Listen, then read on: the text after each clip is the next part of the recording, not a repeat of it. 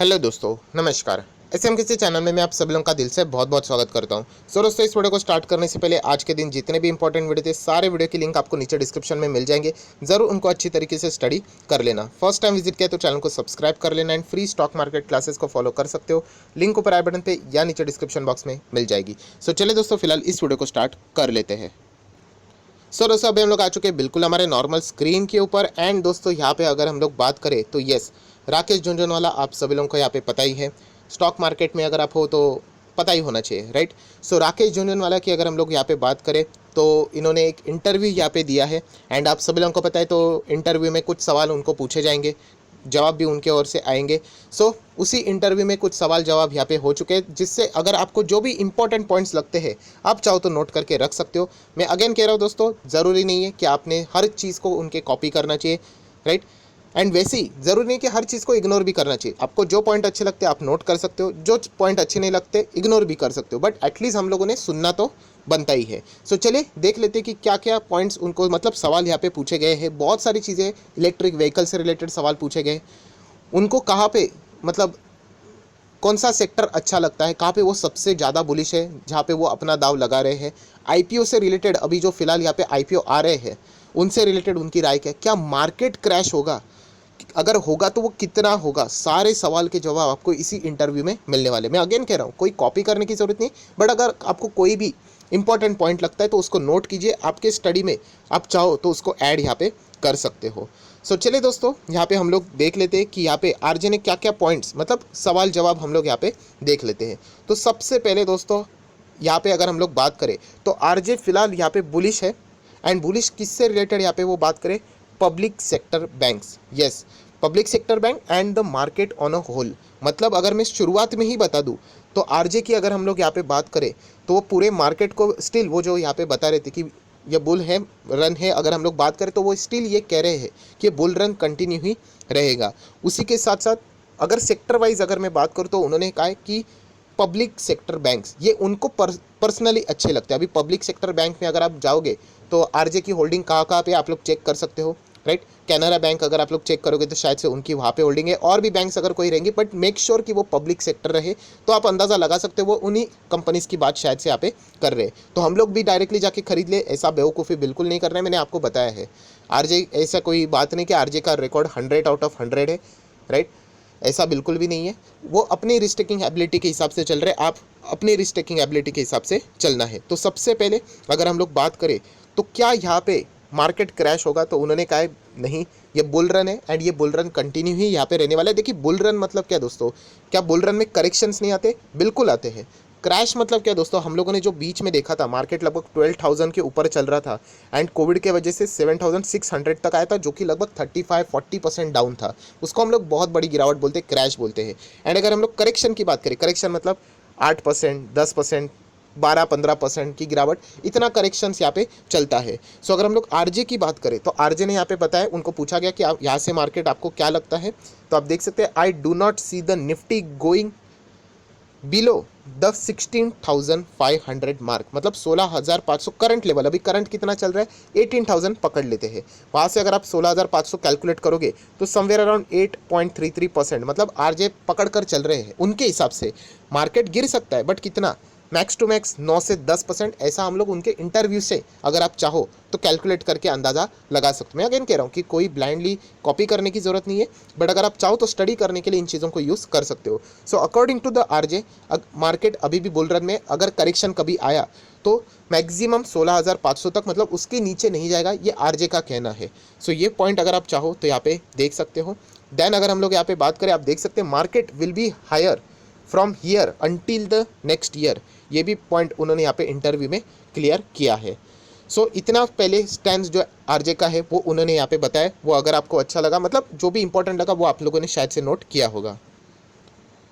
So next सवाल यहाँ पे पूछा गया, आप सभी लोगों को पता है बाजार एक हायर लेवल से थोड़ा बहुत हम लोग को करेक्ट होते हुए देखने को मिला। अगर मैं बात करूँ somewhere around 5% from record high हम लोग बोल सकते हैं। तो इससे रिलेटेड आपको क्या लगता है, तो उन्होंने बताया कि ऑब्वियसली देखिए ग्लोबल अगर हम लोग इकोनॉमी की बात करें तो वहाँ पे रिकवरी देखने को भी मिल रही है। जैसे कि फ्यूल के प्राइजेस जो हम लोग को एक ज़माने में मतलब 100 के ऊपर भी देखने को मिलते थे, मतलब 70, 80, 90 तक हुआ करते थे, बीच में बहुत ही नीचे आए थे। सो ये जो फ्यूल के प्राइस वापस यहाँ पे इस लेवल पे आए हैं, वो एक साइन है कि इकोनॉमी वापस उसी लेवल पे आ रही है जो पहले हुआ करती थी। उसी के साथ साथ फूड एंड कमोडिटी के प्राइजेस की भी बात करें, वो भी बढ़ते हुए देखने को मिल रहे हैं, राइट। तो ये भी अगर हम लोग बात करें तो इन्फ्लेशन नो डाउट प्रॉब्लम तो है ही, आप सभी लोगों को पता है, बट उन्होंने कहा कि ये जो प्रॉब्लम है वो टेम्पररी है। ऐसी बात नहीं कि हमेशा के लिए यहाँ पे रहेगा, ये टेम्पररी इन्फ्लेशन की बात करें तो। एंड जो चाइनीज सप्लाई चेन हम लोग को डिस्टर्ब होते हुए देखने को मिला है, ये मेजर रीज़न है इन्फ्लेशन का, जिससे रिलेटेड उन्होंने कहा कि ज़्यादा वरी करने की ज़रूरत नहीं, टेम्पररी टाइम के बाद ये ख़त्म भी हो सकता है। देन दोस्तों मोस्ट इंपॉर्टेंट पॉइंट, खास करके इलेक्ट्रिक व्हीकल से रिलेटेड जो लोग यहाँ पे इस वीडियो में आए हैं, वापस कह रहा हूँ ये खुद के मेरे कोई पॉइंट्स नहीं, आरजे के पॉइंट्स है, आप लोग चाहो तो इंटरव्यू भी देख सकते हो। So Jhunjhunwala see electric vehicle which he said were a cheaper mode of a transport as inevitable as a volume grows cost of the electric vehicle is coming down he said. So यहाँ पे जैसे मैंने आप लोगों को बोला कि electric vehicle से रिलेटेड उनको सवाल पूछा गया, तो वो यही एक्सपेक्ट कर रहे हैं कि ट्रांसपोर्ट के लिए अगर हम लोग बात करें तो बहुत ही सस्ता ऑप्शन ये आगे जाके अवेलेबल होने वाला है। नो डाउट फिलहाल अगर इलेक्ट्रिक व्हीकल की बात करें उसका कॉस्ट ज़्यादा है, बट जैसे हम लोग को वॉल्यूम ग्रो होते हुए देखने को मिलेगा, ऑटोमेटिकली इलेक्ट्रिक व्हीकल के कॉस्ट भी हम लोग को डाउन होते हुए देखने को मिलेंगे। इसीलिए हम लोग कह सकते हैं कि उन्होंने अपनी स्टडीज़ के हिसाब से टाटा मोटर में यहाँ पे माल उठाया होगा। प्लस उसी के साथ साथ अगर देखा गया इलेक्ट्रिक व्हीकल, अगर ये जो एफर्ट्स है वो सिर्फ इंडिया में नहीं ग्लोबल लेवल पे भी लेके जा चुके हैं, मतलब ये सारी चीज़ें, क्योंकि पोल्यूशन की अगर हम लोग बात करें इसके साथ डील यहाँ पे ज़रूर करनी पड़ेगी। उसी के साथ साथ अगर हम लोग यहाँ पे बात करें तो आप सभी लोगों को पता है कि सरकार की भी मदद चाहिए होती है, क्योंकि इलेक्ट्रिक व्हीकल की अगर हम लोग बात करें उसको बनाने से रिलेटेड खरीदने तक सरकार का भी थोड़ा बहुत मदद चाहिए। तो अलग अलग टाइप के इंसेंटिव्स भी सरकार ने यहाँ पे ज़रूर प्रोवाइड किए हैं, जिसके चलते हम लोग कह सकते हैं कि मैन्युफैक्चरर के साथ साथ जो खरीदने वाला है उसको भी थोड़ा बहुत बेनिफिट ज़रूर मिलेगा। देन अगर हम लोग बात करें तो आप सभी लोगों को पता है, अगर हम लोग इंपोर्ट की बात करें फ्यूल की खास करके, सो 80 to 85% ये सारी चीज़ें हम लोग को इंपोर्ट ही करने को पड़ती है। एंड जैसे इलेक्ट्रिक व्हीकल ज़्यादा डेवलपमेंट हम लोग को उसमें देखने को मिलेगी, फ्यूचर की बात चल रही है, तब जाके ये जो दिक्कतें हैं वो हम लोग को इंपोर्ट का जो प्रेशर है बिल का, वो हम लोग को रिड्यूस होते हुए देखने को मिलेगा। इसके चलते उन्होंने यहाँ पे कहा है कि हर किसी को उसी में ही यहाँ पे जाना पड़ेगा। मतलब आप देख सकते हो environment is a concern and ये कोई चॉइस नहीं है, एंड देखा गया तो गवर्नमेंट को भी कोई ऑप्शन अभी बचा नहीं है, इसके साथ ही जाना पड़ेगा। इसका बेस्ट एग्जांपल है आज के दिन आप लोगों ने देखा होगा कि एक बहुत बड़ी बैठक ऑल ओवर द ग्लोब हम लोग को, मतलब जितने भी कंट्रीज़ है वो हम लोग को यहाँ पे एक जगह पे आते हुए देखने को मिले थे, जो मैंने कवर भी किया था। कमेंट सेक्शन में ज़रूर बता देना दोस्तों कि आज के दिन की अगर हम लोग बैठक की बात करें, हमारे प्राइम मिनिस्टर जी कौन से मीटिंग में यहाँ पे गए थे एंड वो मीटिंग किससे रिलेटेड थी। अगर आप लोग बराबर अगर गेस करते हो तो मतलब इलेक्ट्रिक व्हीकल से रिलेटेड नहीं है, बट उसका कंसर्न अगर हम लोग बात करें तो इसी से रिलेटेड हम लोग को ये सारी चीज़ें देखने को मिली थी। ज़रूर कमेंट सेक्शन में बता देना। सो दोस्तों हम लोग कह सकते हैं इलेक्ट्रिक व्हीकल से लेकर आरजे बहुत ही ज़्यादा बुलिश है, पॉजिटिव है, एंड इसीलिए उन्होंने इन्वेस्ट किया है, जो कि हम लोगों को इस इंटरव्यू से समझ में आ रहा है। सो चलिए आ जाते हैं टेक आईपीओ का जो बारिश यहाँ पे चल रहा है, सो उससे रिलेटेड आरजे का क्या यहाँ पे बात, मतलब उनका विचार क्या है वो पूछा यहाँ पे गया। सो दोस्तों सबसे पहले तो उन्होंने यहाँ पे बताया है कि बहुत सारे जो कंपनीज़ है वो लॉस मेकिंग है, एंड उन्होंने यही कहा है कि वो लॉस मेकिंग है वो कंटिन्यू ही रहने वाले loss making irrespective of their valuations. अगर वैल्यूएशंस भी अट्रैक्टिव लगे बट कंपनी लॉस मेकिंग ही थी तो वो ऐसा ही परफॉर्मेंस चलेगा, मतलब कोई ग्रेट परफॉर्मेंस उनको यहाँ पे देखने को नहीं मिल रहा है। कौन से इसकी बात हो रही है? ऐसी कंपनियाँ जो कि मतलब टेक कंपनियाँ जो कि आईपीओ के थ्रू अभी हम लोग को यहाँ पे बाजार में आते हुए देखने को मिल रहे हैं एंड आगे भी यहाँ पे आ रही है। सो उनको भी एक सवाल पूछा गया, will he invest in the IPO of the tech companies? So उन्होंने सीधा बोल दिया I have no interest. So उन्होंने ये भी कह दिया कि मैं कोई इंडिविजुअल कंपनी के ऊपर कोई भी कमेंट नहीं करेंगे, बट यहाँ पे अगर हम लोग बात करें उनको कोई भी इंटरेस्ट नहीं है इन कंपनीज़ में। एंड देखा गया तो जितने भी आईपीओज आ रहे हैं उनके वैल्यूएशंस तो आसमान छुए हुए हैं। तो इसलिए मैंने आप लोगों को कहा कि मैक्सिमम इंटरेस्ट हम लोग को क्या दिखाना है, लिस्टिंग गेन के लिए यहाँ पे दिखाना है। लॉन्ग टर्म के लिए फिलहाल तो वैल्यूएशंस बहुत ही ज़्यादा महंगे देखने को यहाँ पे मिल रहे हैं। नेक्स्ट अगर देखा गया तो उन्होंने ये भी बताया इसमें कोई शक की गुंजाइश नहीं है, ये न्यू एज कंपनीज़ है जो जिस तरीके से वो काम कर रहे हैं, जिस तरीके का उनका मतलब डेडिकेशन है, फुल टू रिस्पेक्ट यहाँ पे मिल जाएगी। बट परफॉर्मेंस अगर हम लोग स्टॉक मार्केट की अगर हम लोग यहाँ पे बात करें इन्वेस्टमेंट के हिसाब से तो उनको कोई भी इंटरेस्ट नहीं है, बट जो काम वो कर रहे हैं जिस तरीके से उसमें कोई शक की गुंजाइश नहीं, ये उन्होंने यहाँ पे बोला है। सो आप अंदाज़ा लगा सकते कि कौन से टेक आईपीओ की वो यहाँ पे अंदाज़ा बात कर रहे हैं, एंड ऐसे टेक आईपीओ की जो फिलहाल लॉस में यहाँ पे चल रहे हैं, क्योंकि उन्होंने कहा कि वो कंटिन्यू ज़रूर रहेंगे। नेक्स्ट पॉइंट उनको पूछा गया कि फिनटेक कंपनियाँ फिलहाल यहाँ पे बाज़ार में आ रही है, तो क्या वो बैंक्स के लिए मतलब थ्रेट है, क्या वो बैंक्स को रिप्लेस कर सकती है? सो उनके मुताबिक उन्होंने कुछ सवाल के जवाब यहाँ पे दिए हैं। तो सबसे पहले उन्होंने बताया है कि बैंक्स को रिप्लेस करना इतना ईजी तो है नहीं, एंड बैंक्स का सबसे बड़ा अगर कोई यहाँ पे अगर हम लोग बात करें बिगेस्ट ऑयल या फिर सबसे ज़्यादा कोई अगर ताकत है वो है डिपॉजिट, जो कि फिलहाल फिनटेक कंपनी के पास हम लोग को देखने को नहीं मिलेगा। तो इसलिए बैंक को रिप्लेस करना यहाँ पे इतना इजी नहीं है, जो कि आरजे ने यहाँ पे बताया। एंड ऑब्वियसली उनका सवाल का जवाब यही होना चाहिए, क्योंकि उन्होंने खुद ही बोला है कि वो पीएसयू बैंक में यहाँ पे एक्सट्रीमली बुलिश है, मतलब उन्होंने वहाँ पे पैसा लगाया भी होगा।